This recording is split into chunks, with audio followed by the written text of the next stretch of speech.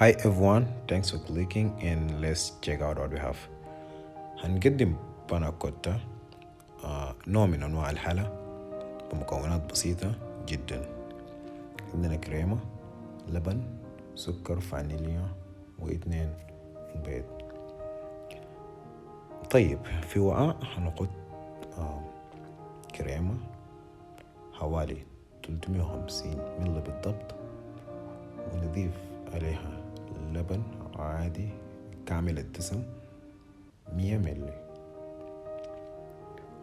ومن ثم نضيف سكر 75 جرام، ويمكن نضيف لحد 100 جرام كحد أقصى، وهنضيف باكيت فانيليا واحدة للنكهة. وفي نار هادي نقط المكونات ونضرب لحد ما السكر يختفي نهائي، يذوب، نحس انه غير موجود.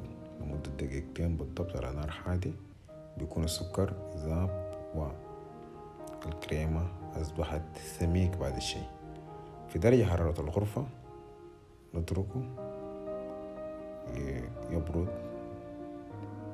في الغرفة في درجة حرارة الغرفة، ومن ثم نفصل البيض، نفصل الصفار عن البياض. هنستخدم بياض فقط في البناكوتا علشان بياض البيض بيحل مكان الجيلاتين. الجيلاتين ما سهل انك تلقاه، بس متوفر في السوبر ماركت، بس الريسبي بالبياض البيض افضل بكتير من الجيلاتين.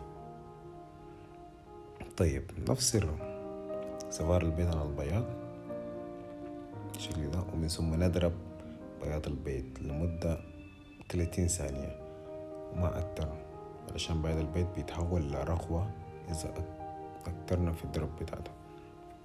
طيب نضيف المكونات بتاعتنا على البيض ونخلط مع بعض تدريجيا بالشكل ده عشان يتجانس.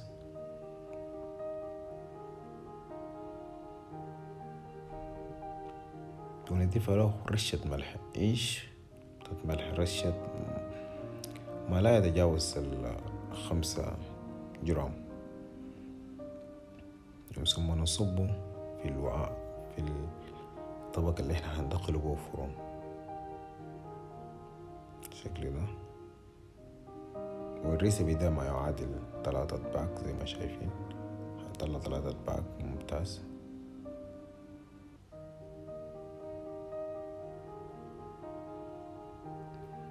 كده البناكوتا جاهز. خش الفرن، خليه يكون في درجة حرارة الغرفة مع البيض، ثم نجيب صحن أو شيء بيخش الفرن، أي شيء ألمونيوم حديد بيخش فرن، ثم نحط موية تحت في الصحن ده، نحاول يسوي لنا البناكوتا من جوا وتحت ومن تحت،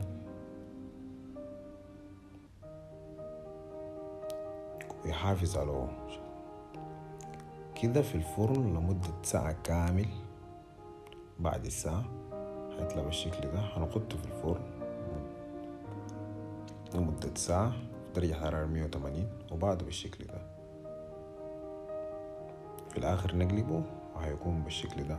وألف هنا وشكرا للمشاهدة.